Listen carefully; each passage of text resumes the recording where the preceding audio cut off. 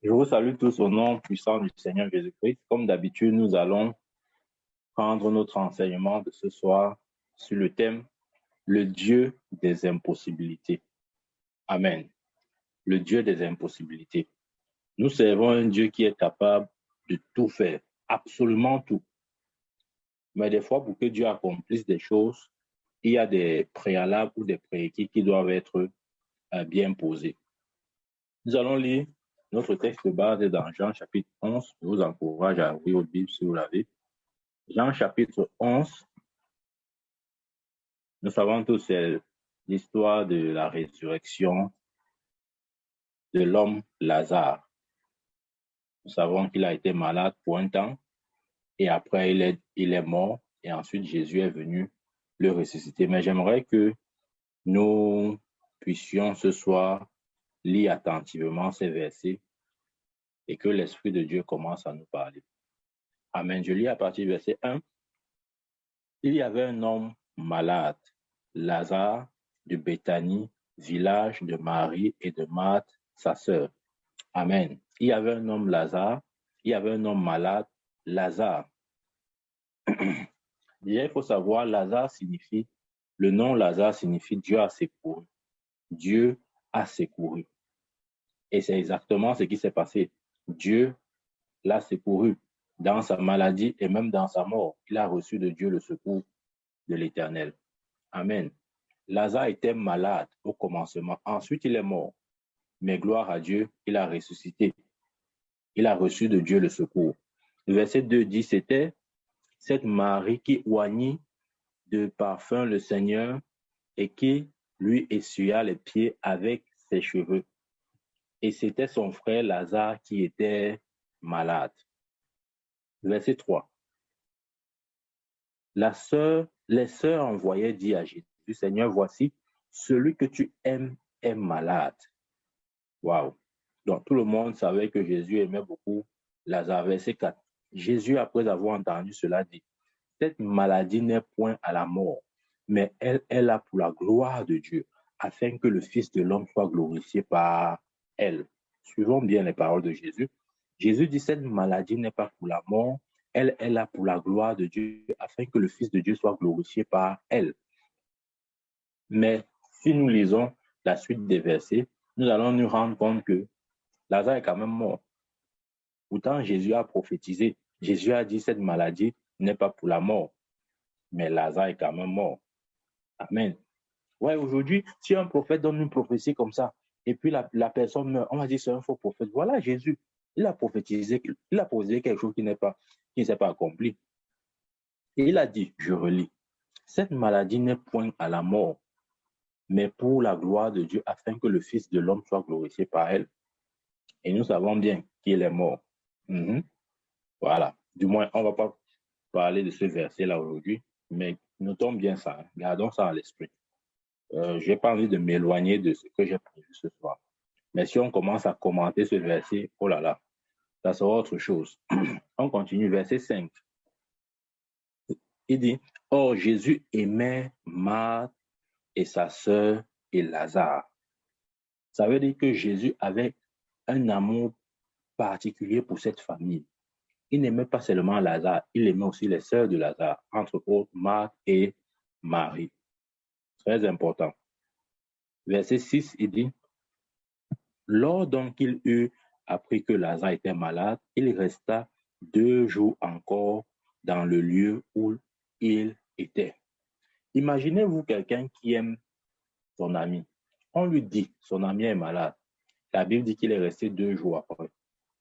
Si c'est nous, si par exemple on dit à un homme de Dieu que voilà, ton fidèle est malade, et l'homme de Dieu ne se dépêche pas, les chrétiens vont dire, voilà un pasteur, il n'a même pas l'amour pour ses fidèles. On dit que son fidèle est malade, il ne vient même pas, il reste chez lui. Mais Jésus est resté chez lui. Jésus ne s'est pas empressé. Ok? Jésus n'a pas couru après cette nouvelle. Amen. Pourquoi? Parce que Jésus n'était pas ébranlé ou effrayé par quoi que ce soit. Il n'y avait aucune circonstance qui était capable d'ébranler la foi du Seigneur. C'est pourquoi quand on lui a dit que Lazare est malade, il ne s'est pas pressé d'aller le rencontrer. Non. Il ne s'est pas pressé d'aller le rencontrer. Absolument pas. Amen. Parce que Jésus marche avec le calendrier et le temps de Dieu. Il y a un temps de Dieu pour toutes choses. La Bible nous dit dans Ecclésiaste, il y a un temps pour toutes choses. On dit à Jésus, Lazare est malade, il reste encore 2 jours. 2 jours. Amen. Ça doit nous enseigner. Et on doit comprendre par là que Dieu fait toutes choses à son temps. Ce n'est pas parce que tu es dans un problème ou d'une situation que Dieu va forcément venir à ce moment te sortir de la situation. Amen. Le Dieu des impossibilités fait toutes choses en son temps. C'est pourquoi il est important de définir et de reconnaître le temps de Dieu, le kairos. Amen. Le verset, on va continuer. Le verset 7. Et il dit ensuite aux disciples, retournons en Judée. Les disciples lui disent, Rabbi, les Juifs tout récemment cherchaient à te lapider et tu retournes en Judée. On est en train de conseiller Jésus là. On dit, mon ami, on voulait te tuer en Judée et tu repars encore en Judée comment? Mais Jésus suivait un calendrier. Jésus suivait un agenda. Et ses détracteurs et ses opposants ne pouvaient pas empêcher la volonté de Dieu de s'accomplir. Le verset 9 dit, Jésus répondit, n'y a-t-il pas 12 heures au jour si quelqu'un marche pendant le jour et ne bronche point, parce qu'il voit la lumière de ce monde? Mais si quelqu'un marche pendant la nuit, il bronche parce que la lumière n'est pas en lui. Verset 11. Après ces paroles, il leur dit, Lazare, notre ami, dort, mais je vais le réveiller. Amen. Lazare, notre ami, dort, mais je vais le réveiller. Verset 12. Les disciples lui disent, Seigneur, s'il dort, il sera guéri. Jésus avait parlé de sa mort, mais il crut qu'il parlait de l'assoupissement du sommeil. Nous avons besoin de comprendre quand Dieu nous parle. Nous avons besoin de comprendre le langage de Dieu. Jésus a dit ici, Lazare dort, parlant de sa mort. Pourquoi? Parce qu'en Christ, nous ne mourrons pas, nous dormons. Mais comme les disciples n'ont pas compris ce que Jésus voulait dire, Jésus était obligé de leur dire donc ouvertement. Le verset 14, il dit, alors Jésus leur dit ouvertement, Lazare est mort. Lazare est mort. Verset 15. Et à cause de vous, soulignons bien ceci, Jésus dit à ses disciples, Lazare est mort. Et le verset 15, il dit, et à cause de vous, afin que vous croyez. Je me réjouis de ce que je n'étais pas là, mais allons vers lui. Amen. Le verset 18. Le verset 16. Sur quoi Thomas, appelé Didyme, dit aux autres disciples, allons aussi afin de mourir avec lui. 17. Jésus étant arrivé, trouva que Lazare était déjà depuis 4 jours dans le sépulcre. Et comme Béthanie était près de Jérusalem, à 15 stades environ, beaucoup de Juifs étaient venus vers Marthe et Marie pour les consoler de la mort de leur frère. Lorsque Marthe apprit que Jésus arrivait, elle alla au-devant de lui, tandis que Marie se tenait assise à la maison. Verset 21. Marthe dit à Jésus, Seigneur, si tu eusses été ici, mon frère ne serait pas mort. Mais maintenant même, je sais que tout ce que tu demandes à Dieu, Dieu te l'accordera. Amen. Ici, le verset 21 et 22 est l'expression de la foi de Marie, de Marthe. Marthe savait que Jésus pouvait tout faire. Marthe savait que Jésus était, si vous voulez, l'homme de la situation. L'homme chez qui rien n'est impossible. Mais le problème de Marthe, si nous lisons attentivement, c'est qu'elle ne croyait pas à la résurrection de son frère à l'instant. Ok, lisons le verset d'après. Dans verset 22, mais maintenant même, je sais que tout ce que tu demandes à Dieu, Dieu te l'accordera. Jésus lui dit, ton frère ressuscitera. Regardez la réponse. Je sais, lui dit Marthe, qu'il ressuscitera à la résurrection au dernier jour. Jésus lui dit, je suis la résurrection et la vie. celui qui croit en moi vivra, quand même il serait mort. Amen. Amen. Ouais. Marthe savait que Jésus pouvait faire toutes choses, que rien n'était impossible, mais elle n'avait pas la foi de la résurrection de son frère, la foi du maintenant de la résurrection de son frère. Et des fois, nous sommes comme ça. Certains chrétiens savent que Dieu peut tout faire. Mais le fait de savoir que Dieu peut tout faire ne va pas véritablement nous aider. Alors, Jésus a essayé d'orienter la croyance de Marthe pour dire à Marthe que, en réalité, savoir que je peux tout faire n'est pas suffisant. Si tu veux que j'intervienne dans ta situation, tu dois savoir que, tu dois croire que je peux faire quelque chose par rapport à ce problème. Marthe se disait que non, Jésus, il est toujours exaucé. Et quoi que ce soit qu'il demande à son père lui donne. Mais elle ne savait pas que son frère pouvait ressusciter maintenant. La preuve, lorsque Jésus lui a parlé de la résurrection de son frère, elle a plutôt renvoyé ça au dernier jour. Elle dit, je sais qu'il va ressusciter au dernier jour. Alors que Jésus parlait de la résurrection présente. Amen. Donc, pour voir le Dieu de l'impossibilité agir, nous devons avoir la foi du maintenant. La foi de Dieu peut faire ou Dieu peut intervenir dans ce problème. Quel que soit le problème que vous avez, si vous ne voyez pas Dieu intervenir dans ce problème-là, il n'interviendra pas. Vous dites que Dieu peut faire toutes choses, ça ne changera rien. La Bible dit que les démons croient en Dieu, ils tremblent même.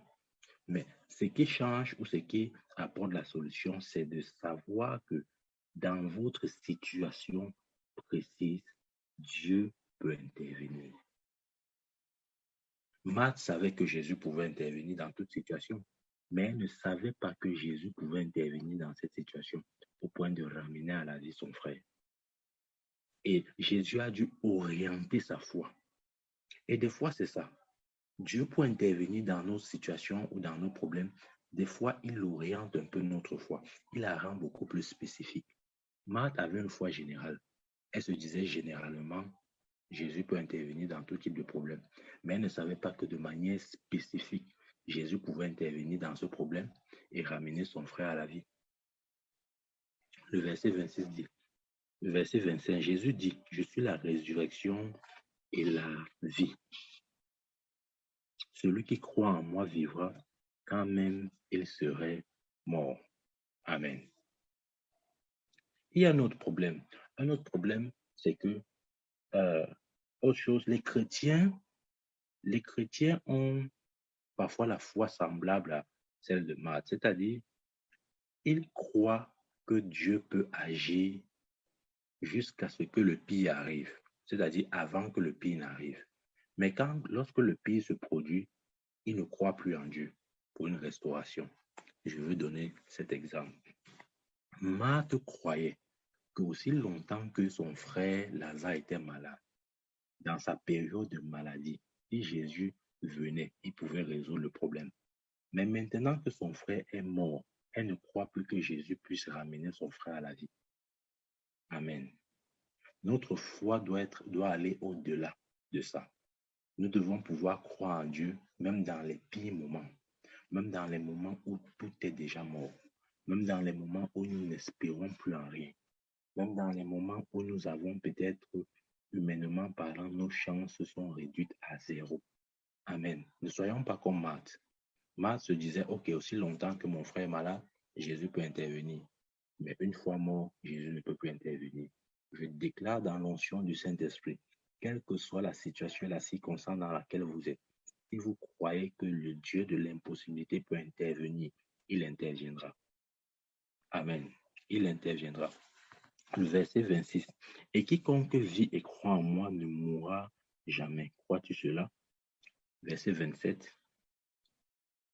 Elle lui dit, oui Seigneur, je crois que tu es le Christ. Tu es le Fils du Dieu. Tu es le Fils de Dieu qui devait venir dans le monde. Waouh. Ouais. Une fois de plus, Jésus essaye de ramener la foi de Marthe à une demande spécifique. Elle devait quitter du général pour le spécifique. Amen. Parce que Dieu, avant de faire quoi que ce soit dans votre vie, vous devez d'abord croire qu'il puisse le faire. Il fallait que Marthe croie que Jésus puisse ramener son frère à la vie. Et Dieu merci, sa foi atteint ce niveau-là. Sa foi, par la grâce de Dieu, atteint ce niveau. Le verset 28 dit, ayant ainsi parlé, elle s'en alla.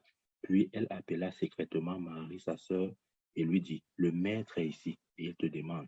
Verset 29. Dès que Marie eut entendu, elle se leva promptement et alla vers lui. Verset 30. Car Jésus n'était pas encore entré dans le village, mais il était dans le lieu où Marie l'avait rencontré. Les Juifs qui étaient avec Marie dans la maison et qui la consolaient, l'ayant vu se lever promptement et sortir, la suivirent, disant, elle va au sépulcre pour y pleurer. Verset 32. Lorsque Marie fut arrivée là où était Jésus, et elle le vit, elle tomba à ses pieds et dit, Seigneur, si tu eusses été ici, mon frère ne serait pas mort. Waouh!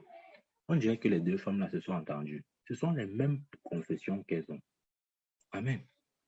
Le verset 32. Marie dit quoi? Seigneur, si tu eusses été ici, mon frère ne serait pas mort. Le verset 21. Marthe dit quoi? Seigneur, si tu eusses ici, mon frère ne serait pas mort. Vous voyez? Donc, c'est-à-dire qu'elles opéraient au même niveau de foi. Parce que nos confessions sont l'expression de notre foi. Personne ne peut aller au-delà de sa confession. Amen.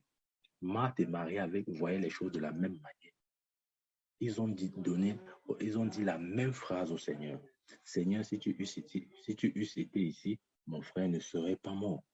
Le verset 33. Jésus, la voyant pleurer, elle et les Juifs qui étaient venus avec elle, frémit en son esprit. Waouh! Suivez bien ceci. Soulignez la partie ici. Soulignez ça. Soulignez. Je sais pourquoi je vous dis souligner. Jésus, la voyant pleurer, elle et les Juifs qui étaient venus avec elle, frémit en son esprit et fut tout ému. Amen. Jésus frémit dans son esprit et fut tout ému.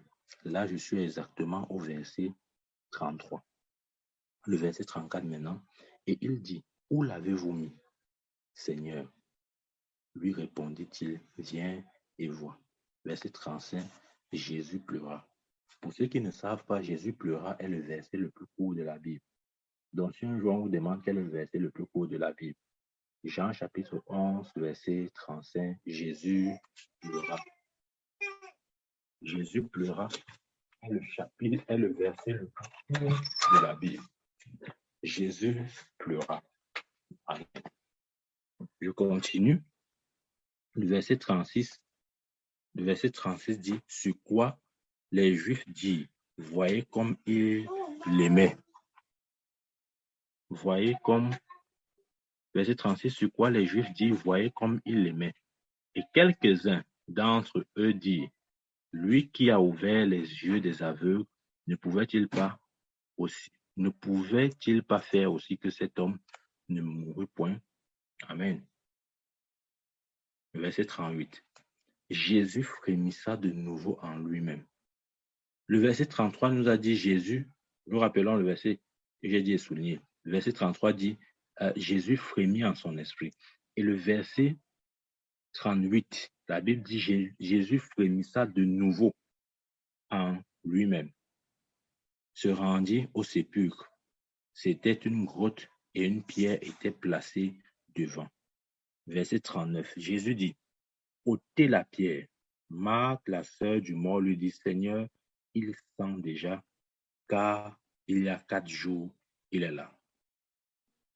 Voyez, Jésus, lorsqu'il vient devant la tombe de Marie, de Lazare, il donne une instruction, ôtez la pierre. Amen. Parce que le Dieu de l'impossibilité, avant d'intervenir dans votre situation, qui a peut-être duré et qui sent déjà comme le cadavre de Lazare, Dieu vous dira toujours d'ôter la pierre. Ôter la pierre signifie quoi? Ôter la pierre veut dire enlever le manteau de l'incrédulité. Amen. Parce que l'incrédulité empêche l'action de Dieu. L'incrédulité bloque le mouvement de Dieu. C'est pourquoi Jésus a dit ôter la pierre. Ouais, c'est notre responsabilité. Jésus n'a pas ôté la pierre. Il a demandé aux autres d'ôter la pierre. Amen. Le verset 40, Jésus lui dit, ne t'ai-je pas dit que si tu crois, tu verras la gloire de Dieu? Il ôtait donc la pierre. Et Jésus leva les yeux en haut et dit, Père, je te rends grâce de ce que tu m'as exaucé. Père, de ce que tu m'as exaucé. À quel moment Christ a été exaucé? Point d'interrogation. Il a été exaucé au moment où il a frémi dans son esprit. Vous rappelons le verset qu'il a demandé de souligner. Amen. Ce n'est pas le thème de ce jour, mais il y a un type de prière qu'on appelle le frémissement, le gémissement. C'est un type de prière et Dieu écoute aussi ça. Donc, lorsque la Bible dit que Jésus a frémi dans son esprit, c'était une prière qu'il avait élevée à Dieu par rapport à ce cas. Amen. Et il a fait 2 fois. Et quand il se retrouve devant la tombe de Lazare, il dit à son père, quoi, je te rends grâce de ce que tu m'as exaucé. Mais à quel moment il a été exaucé? Quand il a prié. Il a prié quand il a frémi en son esprit. Nous comprenons ça. Amen. Je continue, verset 42.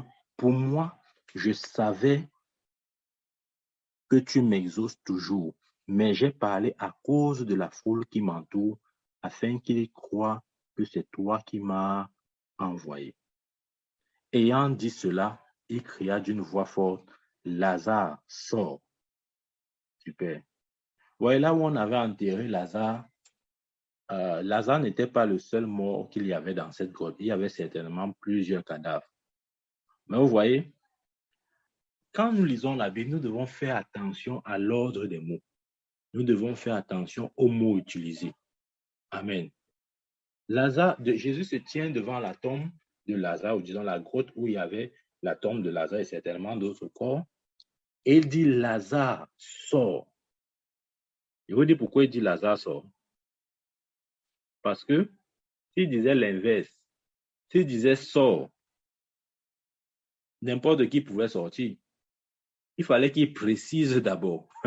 Il fallait qu'il appelle d'abord le nom de Lazare. Parce qu'il est la résurrection et la vie. Donc, s'il se place devant la grotte, il dit simplement sort. N'importe quel mort peut sortir. Amen. Il devait être spécifique dans sa demande. Il devait être spécifique dans son action. C'est pourquoi il a d'abord dit Lazare, sort. Puis encore, s'il disait sortez, tous les morts devaient sortir. Amen. Vous voyez, même le Seigneur faisait les choses avec précision. Nous devons être au maximum précis lorsque nous traitons avec Dieu. Amen. Nous ne devons pas avoir une foi générale. Je vous ai dit, Marthe comme Marie, ils avaient une foi générale. Marthe, par exemple, elle se disait, oh oui, si tu étais là avant que mon frère ne meure, il n'allait pas mourir. Elle a dit après que je sais que, voilà, Dieu t'exauce toujours, quelle que soit la chose que tu demandes. Vous voyez, ça c'est une foi générale. Mais elle ne savait pas que, même son frère étant mort, Jésus pouvait le ramener à la vie. Et comme j'ai dit, il y a des chrétiens qui ont ce genre de foi-là. C'est une foi générale, c'est-à-dire ils vont dire Dieu est grand, Dieu est puissant. Ils ont tous ces mots-là. Mais ils n'arrivent pas à contextualiser ou à rendre ce Dieu est grand dans leur situation.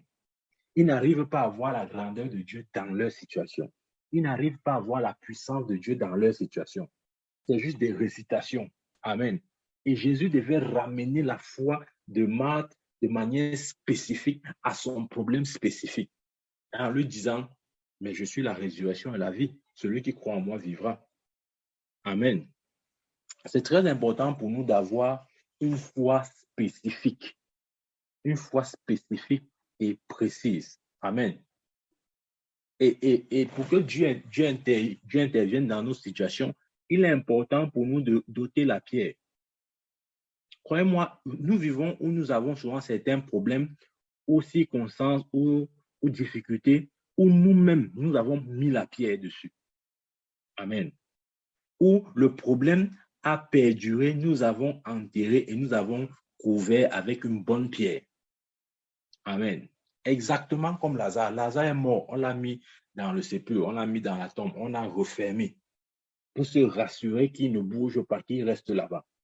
Mais lorsque la résurrection vient, pour que la résurrection, Jésus-Christ intervienne, il va dire d'ôter la pierre. Comme j'ai dit, cette pierre est l'image de l'incrédulité. Pour que Dieu agisse dans nos situations, nous devons nous-mêmes ôter la pierre de l'incrédulité. Des fois, nous faisons comme Marthe et Marie. On croit que Dieu peut guérir jusqu'au niveau de la maladie. OK? Mais après la maladie, c'est-à-dire si la mort vient, toute notre foi, c'est fini. On ne croit plus à la résurrection. Regardez même autour de nous. On a espoir aussi longtemps que quelqu'un est malade. Mais dès qu'il meurt, c'est comme si tous les espoirs finissent.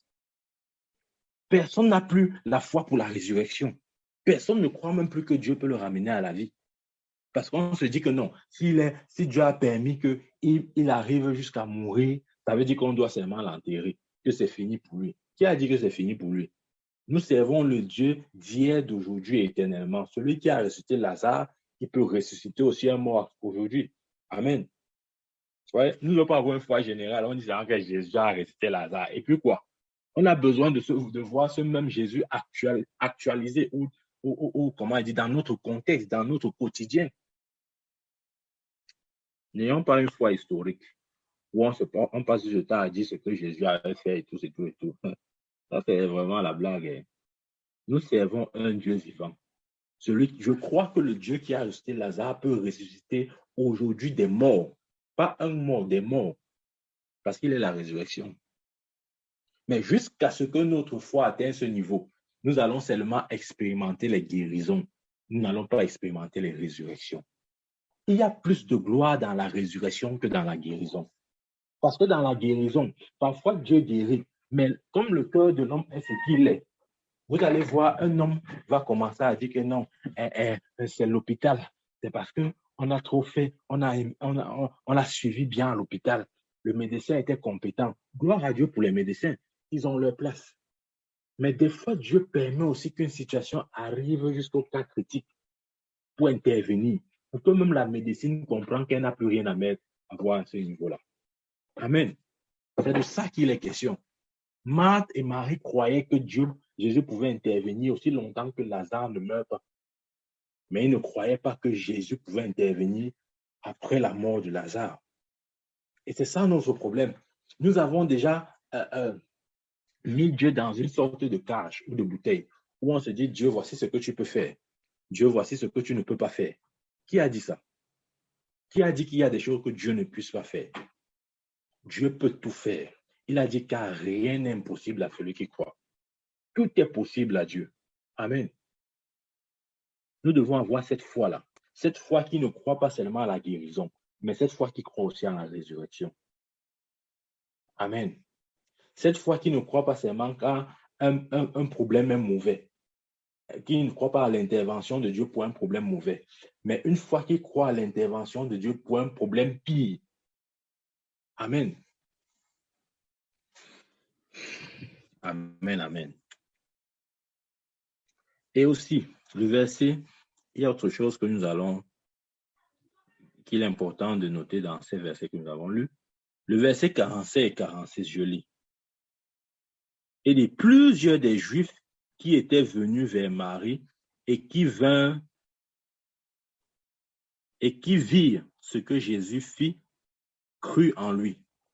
Mais quelques-uns d'entre eux allaient trouver les pharisiens et leur dire ce que Jésus avait fait. Écoutez, sachez ceci, ce ne sont pas tous ceux qui pleurent avec vous là, qui sont, qui sont forcément avec vous. Amen. Ouais, il y avait des Juifs qui pleuraient avec Marthe et Marie. Quand ils ont vu la résurrection, au lieu de s'accrocher, de croire en Jésus, certains ont cru, d'autres sont allés voir les pharisiens. Les pharisiens, c'était qui? C'était les opposants de Christ. C'était les détracteurs, les persécuteurs. Amen. Nous devons faire attention à ce niveau. Ce n'est pas parce qu'on a un problème que tout le monde est autour de nous, tout le monde pleure, qu'on va dire vraiment, ils compatissent ou bien ils ont la peine pour ma douleur, etc. Nous devons faire très attention. Il y a des gens qui sont là sincèrement et des gens qui sont aussi là de manière hypocrite. Amen. Mais Jésus a dit, quand on lui a dit, Lazare est malade, il a attendu 2 jours. 2 jours, le temps que la situation s'empire. le temps que la situation s'aggrave, le temps qu'il meure avant d'intervenir. Pourquoi c'est important de comprendre que le retard n'est pas le refus. Très souvent, les chrétiens confondent ça. On se dit le retard est synonyme du refus. Non. Nous pouvons avoir des circonstances, des problèmes où on a l'impression que Dieu n'agit pas ou n'agit pas au moment ou au temps que l'on veut. Mais ce soir, je vous annonce de la part de l'Éternel que le retard n'est pas le refus. Et même quand on parle de retard par rapport à l'homme. Parce que ce qu'on considère comme étant retard, ce n'est pas retard par rapport à Dieu. Parce qu'il y a deux temps. Il y a le temps de l'homme et le temps de Dieu. Amen. C'est très important. Et Dieu fait toutes choses en son temps. Ouvrons notre Bible dans le livre d'Habakkuk. Habakkuk, chapitre 2. Nous allons lire quelque chose d'important là-bas. Habakkuk, chapitre 2, je lis à partir du verset 2 à 3. Il dit, « L'Éternel m'adressa la parole et il dit, écris la prophétie, grave-la sur les tables, qu'on la lise couramment. Car c'est une prophétie dont le temps est déjà fixé. Elle marche vers son terme et elle ne mentira pas. Si elle tarde, attends-la, car elle s'accomplira certainement. » Amen. Dieu dit ici à son prophète, écris la prophétie, grave-la sur les tables et qu'on la lise couramment. C'est une prophétie dont le temps est déjà fixé. Amen. Je vous ai dit, il y a le temps de Dieu et le temps des hommes. C'est une prophétie dont le temps est déjà fixé. Et parce qu'elle est déjà fixée, elle marche vers son terme. Elle ne mentira pas. Si elle tarde, attends-la. On dit si elle tarde parce qu'il est possible que ça tarde. Si elle tarde, on n'a pas dit si elle tarde, sois découragé. On n'a pas dit si elle tarde, abandonne. On n'a pas dit si elle tarde, plonge dans la dépression, plonge dans le doute, plonge dans l'incrédulité. Non, il dit attends-la. Car elle s'accomplira certainement. Attends-la. Le problème des chrétiens, c'est qu'ils ne savent pas attendre. Nous allons voir ce que ça signifie attendre. Il dit si elle tarde, attends-la. Parce que c'est une prophétie dont le temps est déjà fixé. Elle marche vers son accomplissement. Elle ne mentira pas. Si elle tarde, attends-la. Amen. Nous allons voir ce que signifie attends-la. Attendre la prophétie. Nous devons apprendre à attendre la prophétie. Amen. Regardons bien ceci. Je vais revenir pour expliquer ce verset. Donc, c'est important de comprendre que Dieu agit en fonction de son temps, de son calendrier, de sa période. Amen. Vous savez, parfois, Dieu viendra en retard dans vos situations. Plusieurs vous diront à ce moment que Dieu vous a abandonné ou encore que vous êtes sous la malédiction ou toutes ces choses-là. Alors que Dieu est simplement en train de préparer un miracle retentissant pour vous. Amen. Qui croit en cette parole? Moi, je le crois. Parfois, Dieu viendra en retard dans vos situations. Quand je dis en retard selon l'homme. Et parce que justement, l'homme va sentir ou va percevoir comme s'il y a un retard. Il va donc, parce que nos bouches, c'est ça aussi. On ne sait pas fermer nos bouches, on est tout en train de bavarder. On va commencer à dire que non, Dieu t'a abandonné. Ou on va dire que non, c'est pas tu es sous une malédiction. On va dire non, c'est parce que tu as commis trop de péchés. On va raconter toutes ces choses. Mais pendant que les hommes parlent des choses qu'ils ne maîtrisent pas, Dieu attend de toi et de moi que nous attendons la prophétie. Amen. Pourquoi? Parce qu'il nous prépare un miracle plus retentissant. Je vais vous donner un exemple. La Bible nous dit clairement que Abraham a reçu la promesse de devenir le père d'une multitude de nations à 75 ans. Dieu est venu pour la première fois pour donner la promesse à Abraham. À ce moment-là, il s'appelait même Abraham. À 75 ans. Mais c'est 25 ans après que la promesse s'est accomplie. Notez bien. Dieu a donné la promesse à 75 ans, mais c'est à la 25e année, c'est-à-dire quand Abraham entre dans ses 100 ans, et finalement, il voit la promesse de Dieu s'accomplir. Pourquoi? Parce que la parole dit dans Habakkuk, la parole de l'Éternel dit dans Habakkuk, grave, écris la prophétie, grave-la sur des tables, afin qu'on la lise couramment. C'est une prophétie dont le temps est déjà fixé. Le temps est déjà fixé. C'est Dieu qui a fixé le temps. Elle marche vers son terme. Elle ne mentira pas. Si elle tarde par rapport à nous, si elle tarde selon notre compréhension, si elle tarde selon notre séquence, notre temps estimé, Dieu dit si elle tarde, en d'autres termes, si ça ne se manifeste pas au moment où toi tu veux, attends-la. Parce qu'elle s'accomplira certainement. Amen.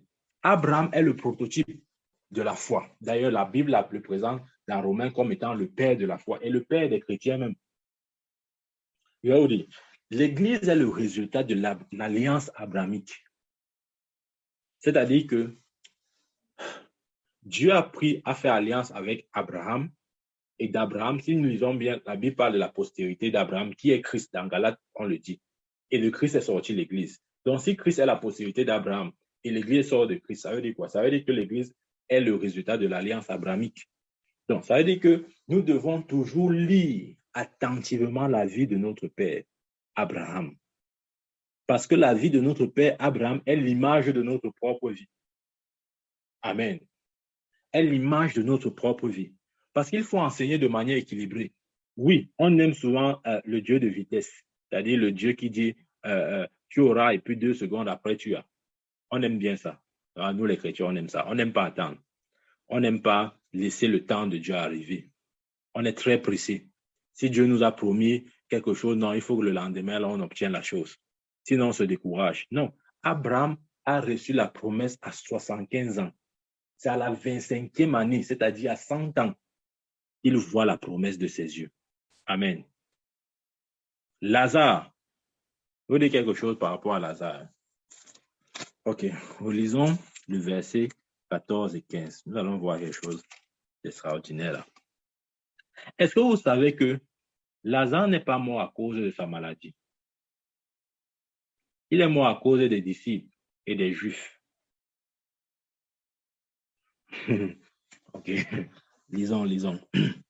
Le verset 14 à 15, il dit, 14 et 15, il dit, alors Jésus leur dit ouvertement, Lazare est mort. Et à cause de vous, afin que vous croyiez. Lazare est mort à cause de vous, afin que vous croyiez. Je me réjouis de ce que je n'étais pas là. Allons vers lui. Ouais. Lazare est mort à cause des Juifs. Lazare est mort à cause des disciples, afin qu'ils croient que Jésus est la résurrection et la vie. Amen. Ce que j'essaie de dire, c'est qu'il y a certains problèmes dans lesquels vous êtes. Ce n'est pas à cause de vous. Ce n'est pas parce que vous avez péché. Ce n'est pas parce que vous êtes mauvais. Ce n'est pas parce que votre vie est une pourriture. Mais c'est à cause de votre entourage. Parce que Dieu veut enseigner quelque chose à votre entourage. Des fois aussi, les choses arrivent de cette façon. Vous croyez que Abraham a attendu 25 ans pour qui? Pourquoi? Il a attendu 25 ans. Ce n'est pas à cause, oui, peut-être à cause de lui, on peut voir dans le sens où les œuvres de Dieu devaient être manifestes dans sa vie, mais c'est aussi à cause de nous. Parce que c'est avec son exemple que nous pouvons être enseignés. C'est à partir de son exemple que nous pouvons être enseignés. Amen. Que nous pouvons voir la facette de Dieu, la facette de la fidélité de Dieu dans ce qu'il dit, dans ses promesses. Si Abraham n'avait pas attendu 25 ans, je ne serais pas en train de prêcher ça aujourd'hui. Amen. Ce que je dis, c'est que les situations, les circonstances dans lesquelles nous sommes, ce n'est pas toujours ou uniquement à cause de nous. Des fois, c'est à cause de notre entourage. Jésus leur dit, verset 14, ouvertement, Lazare est mort. Et à cause de vous, afin que vous croyez. Amen. Que vous croyez quoi? Que je suis la résurrection. Donc, Dieu a permis que Lazare atteigne ce niveau de mort. Pas à cause de Lazare, pas à cause de sa maladie, mais à cause des disciples. Parce que Dieu voulait les enseigner une autre facette. Dieu voulait les faire voir une autre facette de qui est Jésus, celui avec qui il marche tous les jours. Ils n'avaient jamais perçu forcément Jésus dans la dimension de la résurrection.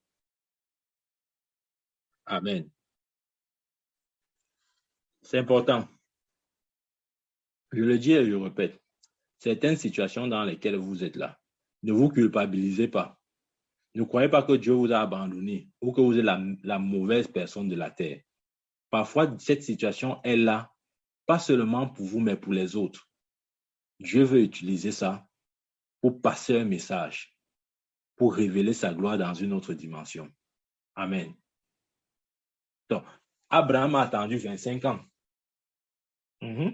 Et l'attente d'Abraham sur la promesse de Dieu est un enseignement pour l'Église. Nous voyons dans la vie d'Abraham la fidélité de Dieu.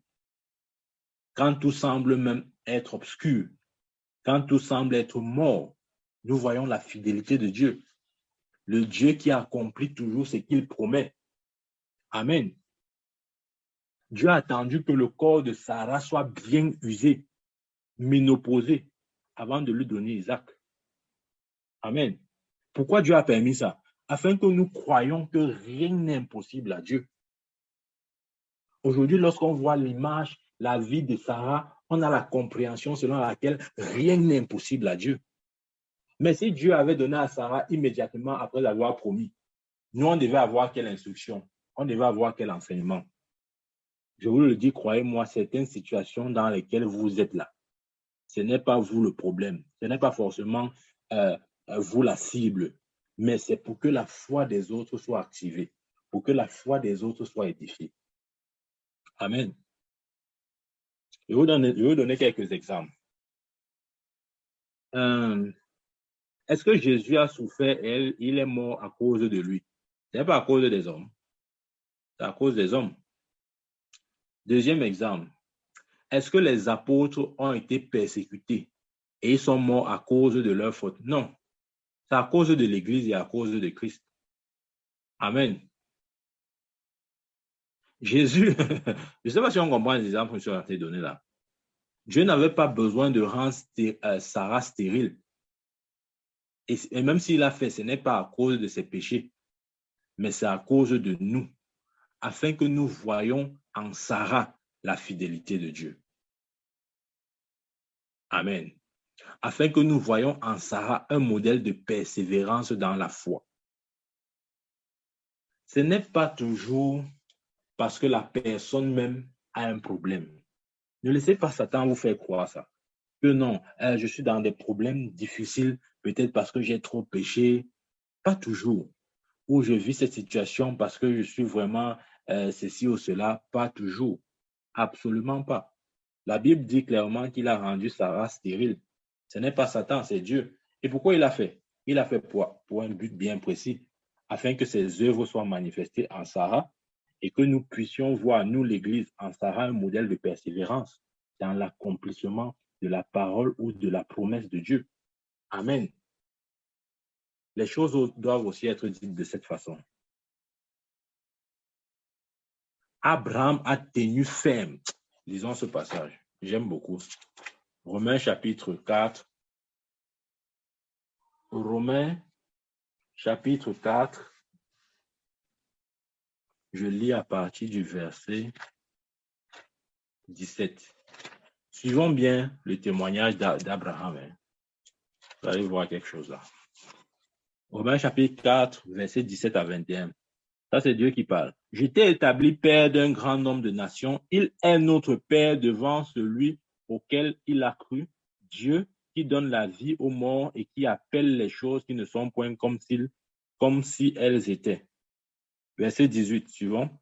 Espérant contre toute espérance, il crut en sorte qu'il devint père d'un grand nombre de nations, selon ce qui lui avait été dit.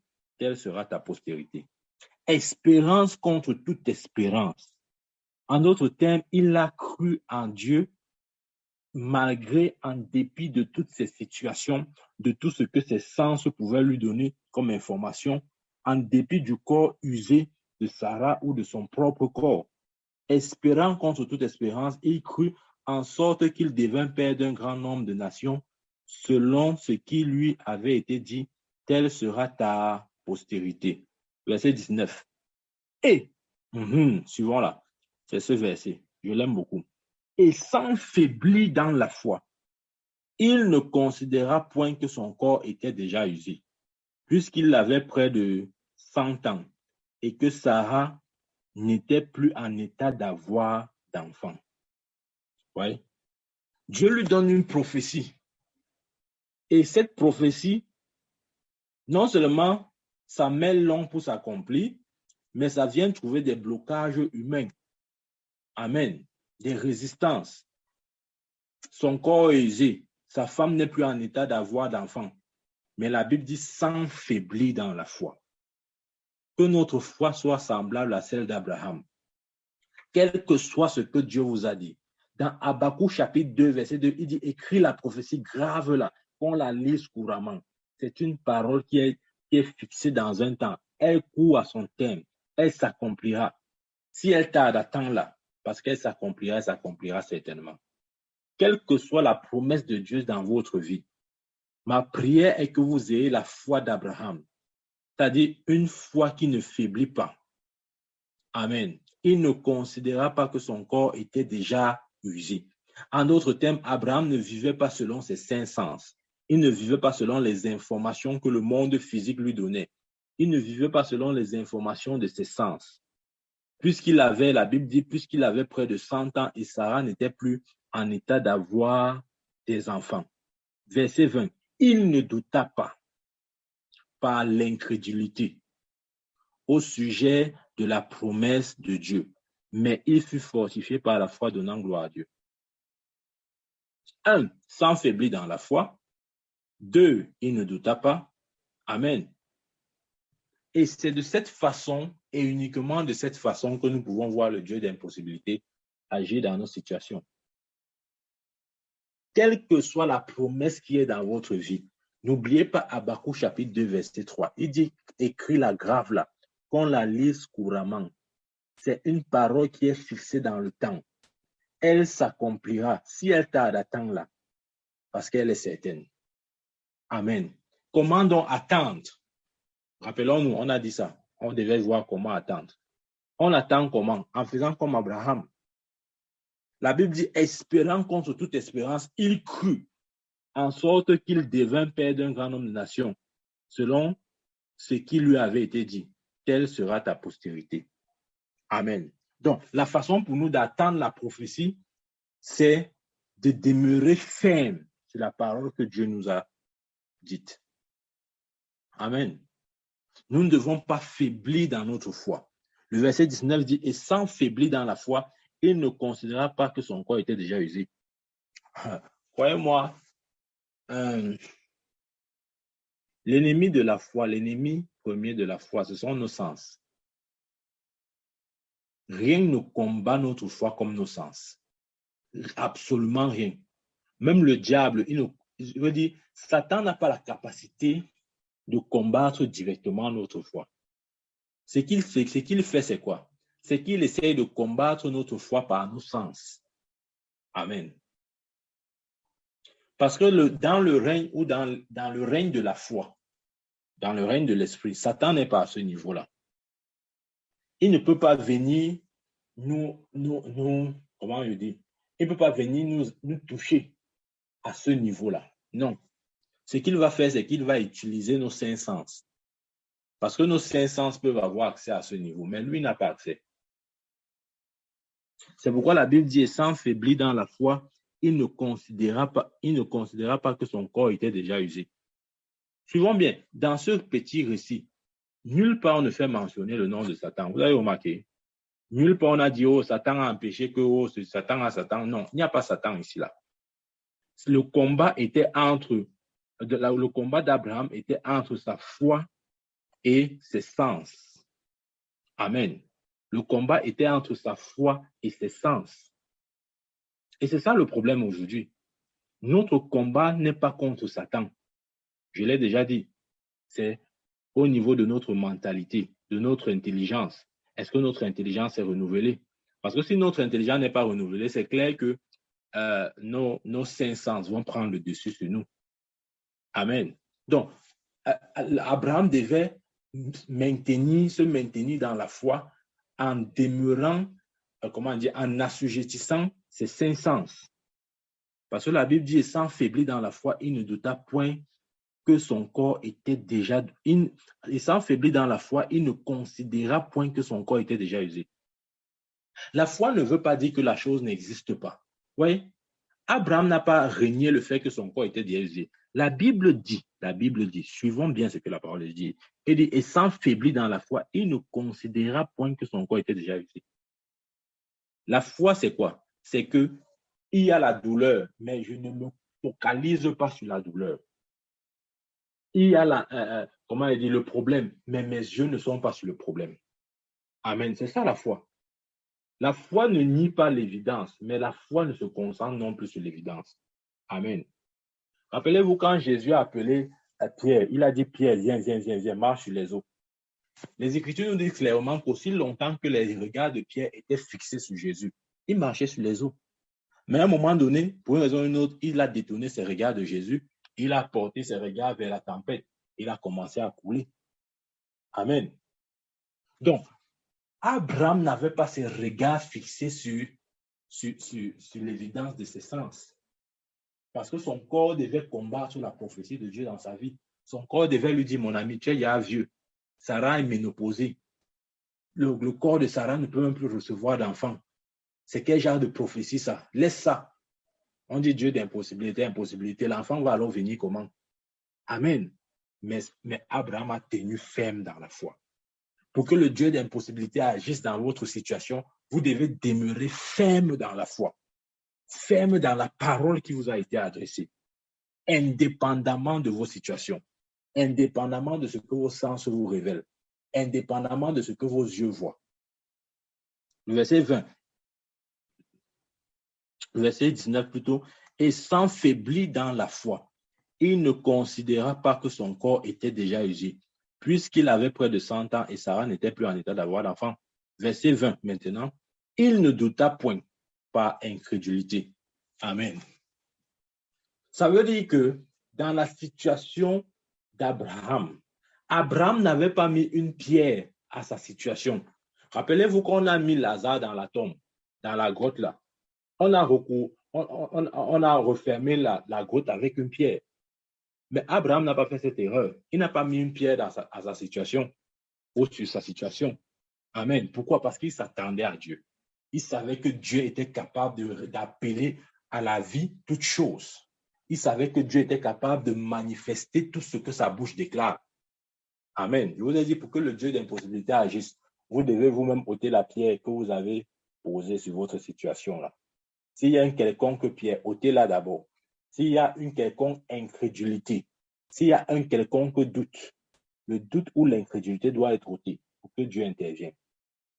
Pour que Dieu intervienne, le doute doit être ôté. Et justement, Abraham a vu son miracle parce qu'il ne marchait pas dans le doute. Le temps ne doit pas vous impressionner.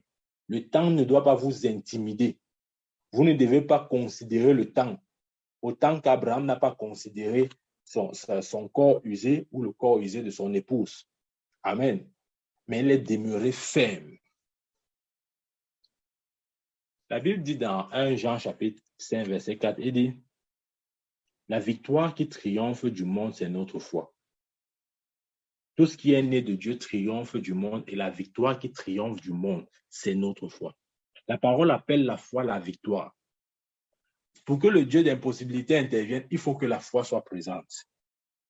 C'est pourquoi avant que Jésus ne ressuscite Lazare, il devait d'abord traiter la question de la foi dans le cœur de ses sœurs.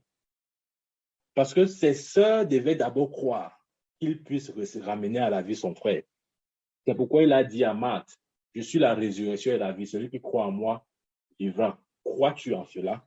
Elle devait d'abord accepter cette vérité pour que le miracle se produise. Amen. Donc, l'important de savoir ça, quelle que soit la promesse que vous avez reçue de Dieu, croyez à ce que la parole de Dieu dit, c'est fixé dans un temps, ça marche vers son accomplissement. Si elle attend là, attendre comment?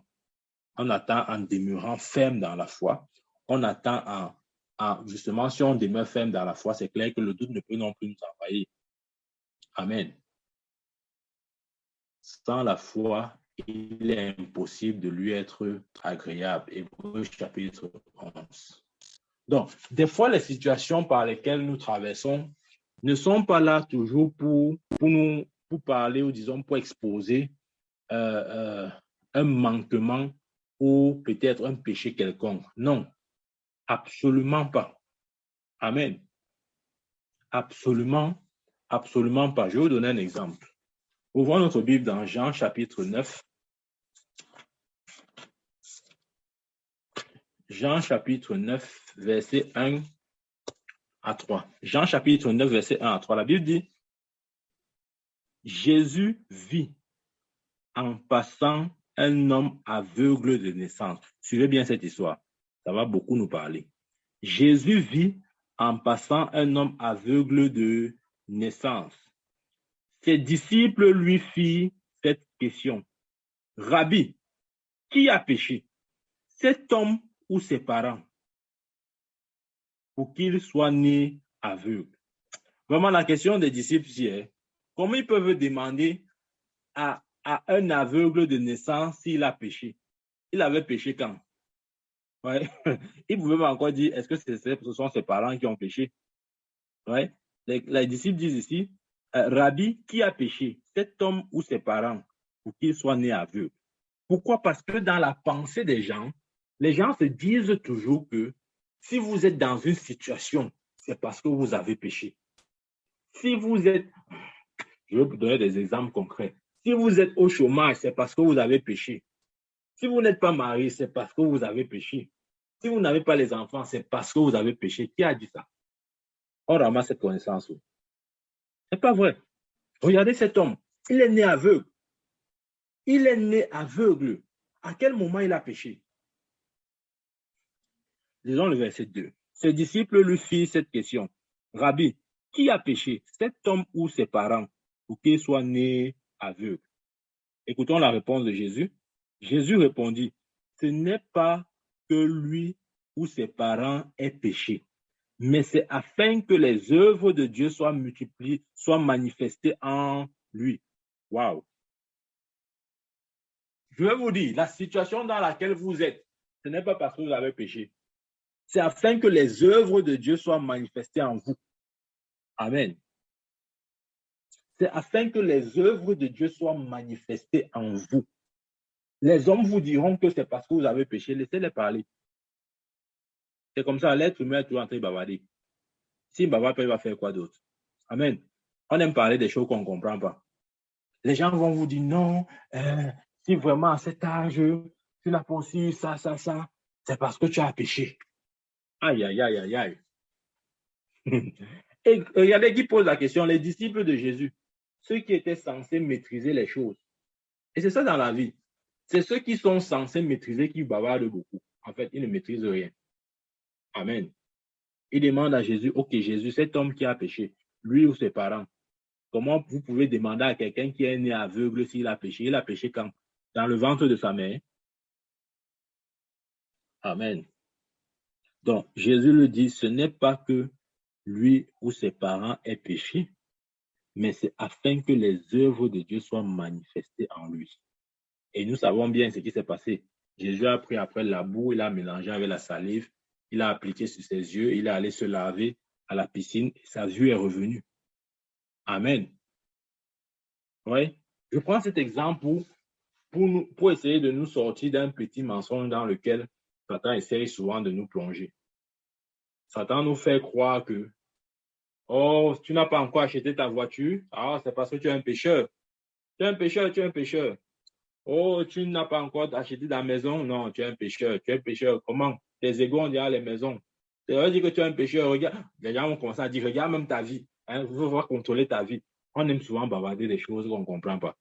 Oui, je ne dis pas non. Des fois, le problème est à ce niveau. Mais des fois aussi, le problème n'est pas à ce niveau. Exemple, cet homme qui était né aveugle, il avait fait quoi? Les disciples pensaient que c'est à cause d'un péché. Ne voyons pas le péché partout, mes frères. C'est-à-dire que les pentecôtistes, c'est notre spécialité. Tout ce qui arrive à un frère, on est prompt à juger. Non, non, non, non, non, tu ne connais même pas. Tu le connais, et on parle des choses qu'on ne comprend pas. Amen. Parce qu'on a eu la grâce d'avoir certaines choses. On manque d'humilité même pour dire qu'en réalité, même ce que j'ai eu là, c'est par grâce. Les disciples, parce qu'ils voyaient, ils avaient la vue. C'était facile pour eux de condamner l'aveugle. Amen. Et c'est ça le cœur de l'homme. Ce que l'homme a déjà, et que l'autre n'a pas. Il va tout faire pour justifier le fait qu'il est et que l'autre n'est pas. Ça, c'est l'orgueil. Amen.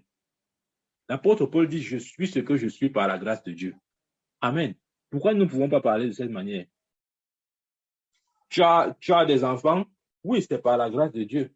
Ce n'est pas parce que tu étais la personne la plus pieuse ou c'est pas moi. C'est pas parce que tu étais la personne la plus correcte. Non, absolument pas. Non, non, non, non, non. Tu travailles, c'est par la grâce de Dieu. Ne dis pas que non, c'est parce que vraiment, je suis un spécialiste, je connais trouver le travail. Tu trouves le travail, tu plus que qui? Amen. C'est la grâce de Dieu. Soyons sages dans nos propos. Soyons sages dans nos propos. Comme les disciples voyaient, ils avaient la vue. C'était facile pour eux de condamner. C'était facile pour eux de dire que non, c'est le péché, le péché, le péché, le péché. Comme tout aujourd'hui se résume au péché. Amen.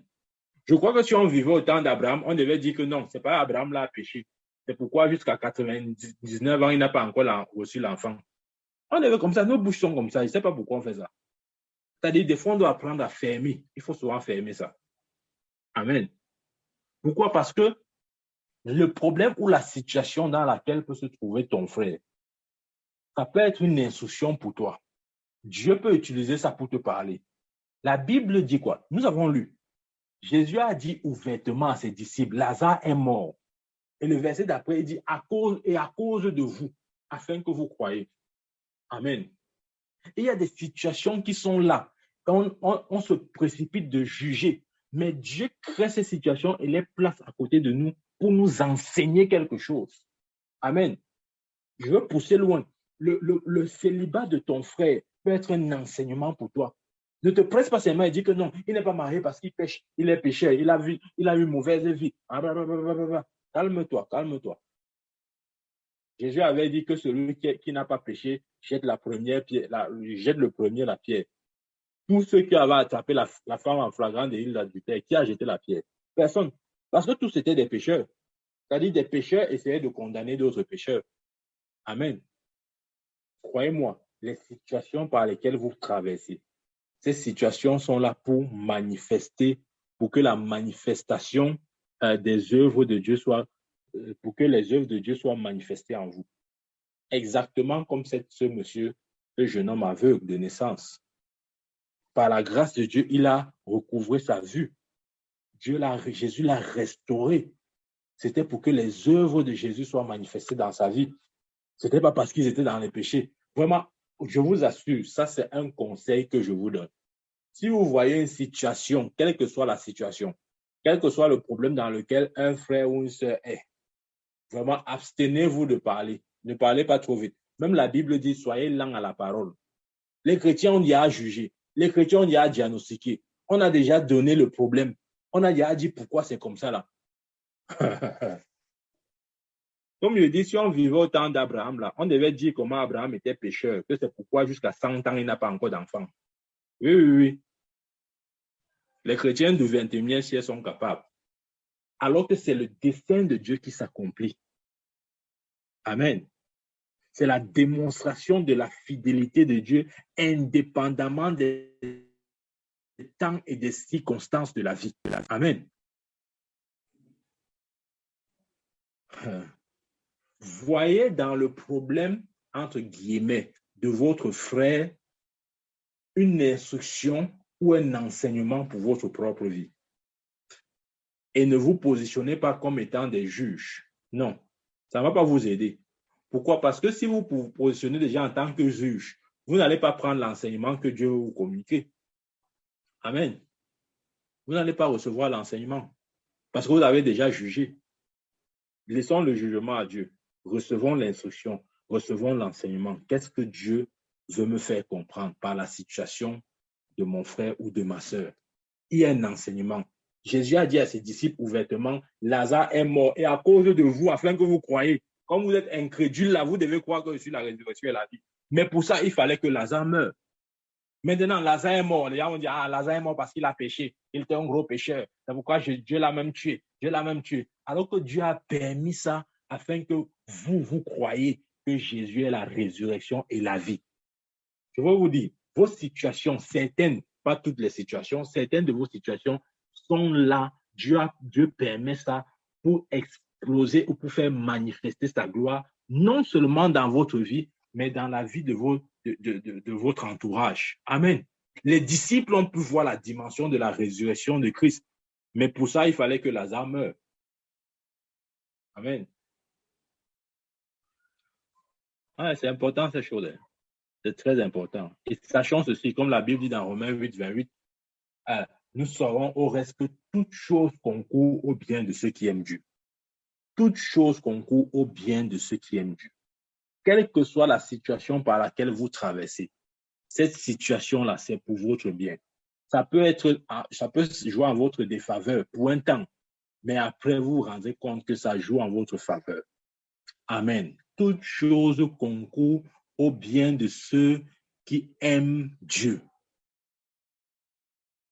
Donc, c'est important d'avoir la bonne attitude, d'adopter la bonne attitude si nous voulons voir Dieu intervenir dans les circonstances, quand bien même celle-ci aurait été suscitée par Dieu. Amen. Pour la bonne attitude, nous avons vu l'attitude en quoi elle consiste. Dans Romains chapitre 4, on a lu ça, je relis. Romains chapitre 4, il dit, et sans faiblir dans la foi. Ça, c'est la bonne attitude. Indépendamment de ce qui se présente, vous devez être comme Abraham, parce que la Bible dit que c'est le père de la foi, c'est notre père. Tel père, tel fils, sans faiblir dans la foi, quel que soit ce que vous attendez de Dieu, sans faiblir dans la foi, demeurez ferme. Quel que soit ce que Dieu vous a promis, sans faiblir dans la foi, demeurez ferme. Ne donnez pas votre attention aux aboiements de chiens, excusez-moi l'expression. Ne donnez pas votre attention à ce que les gens bavardent. Demeurez ferme et sans faiblir dans la foi. Il ne considéra pas que son corps était déjà usé, puisqu'il avait près de 100 ans et que Sarah n'était plus en état d'avoir des enfants. Le verset 20. Il ne douta point par l'incrédulité au sujet de la promesse de Dieu. Que jamais le doute n'entre dans votre cœur sur une quelconque promesse que vous avez reçue de Dieu. Au nom puissant de Jésus-Christ. Et la Bible dit, mais il fut fortifié par la foi, donnant gloire à Dieu. Et nous savons, Isaac est venu. Isaac est venu. Quelle que soit la longueur de la prophétie s'est accomplie. Quelle que soit la longueur du temps, la prophétie s'est accomplie. Il a dit, grave la prophétie. Écris la prophétie sur les tables. On la lise couramment parce que c'est un temps bien fixé. Amen. C'est un temps bien... OK, relisons dans ce qu'il dit dans Habakkuk chapitre 2. Il dit, l'Éternel m'adressa la parole et dit, écris la prophétie. Suivez ceci, faites-le.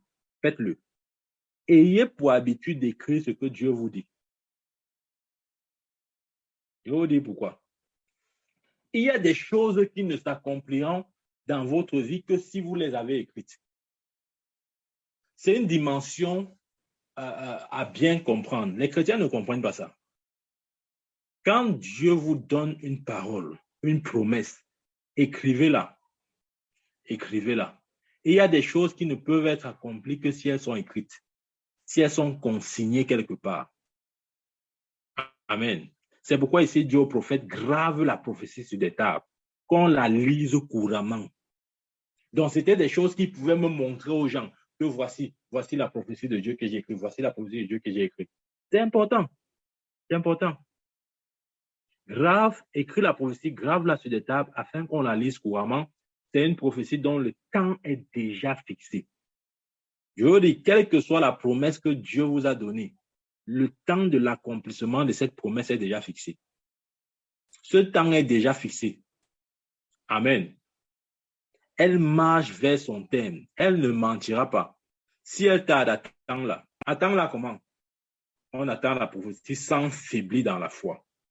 On attend la prophétie en ne considérant pas nos circonstances ou bien l'évidence de nos sens, ou ce que nos yeux nous disent. On attend la prophétie en marchant non par la chair, mais par l'esprit. Parce que la parole de Dieu est spirituelle. Et ce n'est que pour des hommes spirituels. Nous ne pouvons pas la recevoir dans un état charnel. Nous avons besoin d'être spirituels pour recevoir la parole. Amen.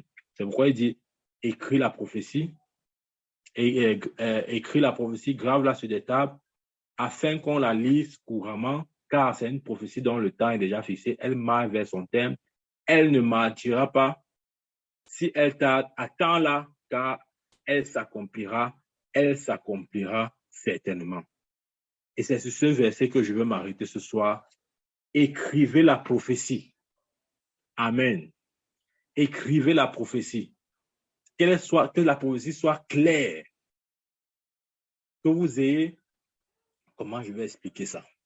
Que vous ayez le détail, que vous ayez la pensée de Dieu de manière permanente dans votre esprit, dans votre pensée même. Amen. Et pour que ce soit ainsi, il faut que ce soit écrit. Écrivez la prophétie. Pourquoi? Parce que c'est une prophétie dont le temps est déjà fixé.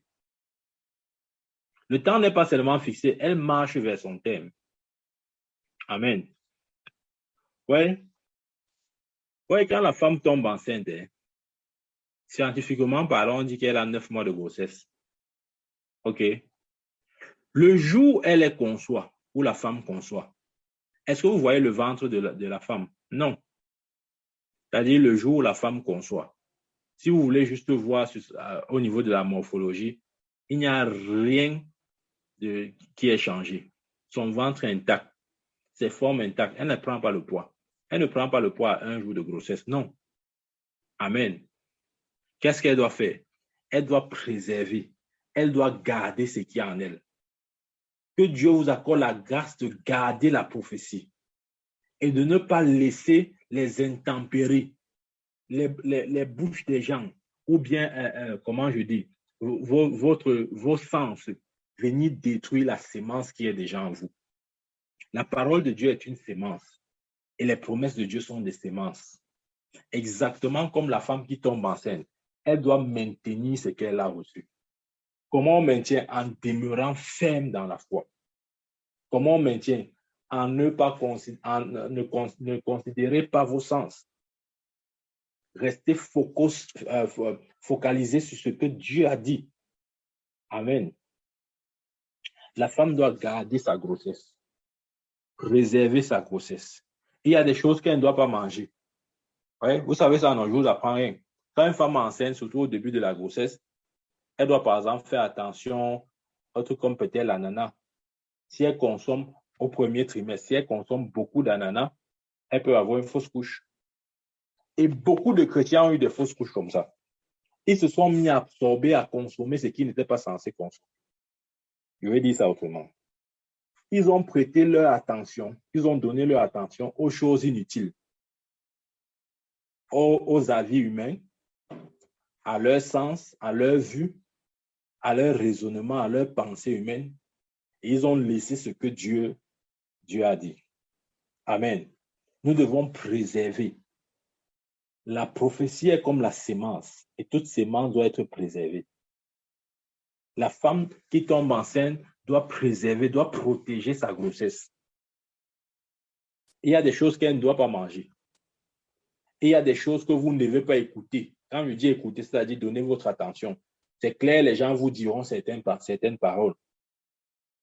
Si vous êtes dans une situation, des gens viendront vous dire des paroles comme quoi c'est parce que vous êtes désobéissant à Dieu. C'est parce que vous avez trop péché. C'est parce que votre vie bref, vous connaissez ces choses mieux que moi. On va vous insulter. Vous rappeler comment d'abord votre vie passée était comment. Vous croyez que votre vie future sera comment?